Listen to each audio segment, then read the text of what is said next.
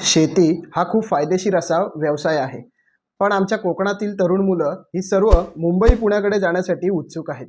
का? तर त्यांना त्यांच्या वडिलांच्या शेतात काम करायला लाज वाटते.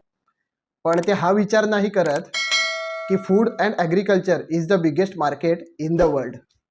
कोकणात भात, आंबा, काजू एवढंच होत आलंय आतापर्यंत. पण कोकणामध्ये फणस शेतीवर काम करणारा एक तरुण आहे. तसेच काही जण ड्रॅगन फ्रूटची सुद्धा शेती करत आहेत. शेळीपालन करून 50 लाखाचा टर्नओव्हर करणारा सुद्धा तरुण कोकणात हजर आहे. आम्ही स्वतः हळद आणि बांबू शेती ह्या दोन्ही गोष्टींवर काम करतोय.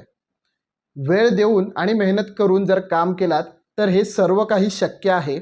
पण कोणी हिंमत करत नाहीये आणि म्हणूनच कोकण रिकामं होत चाललंय.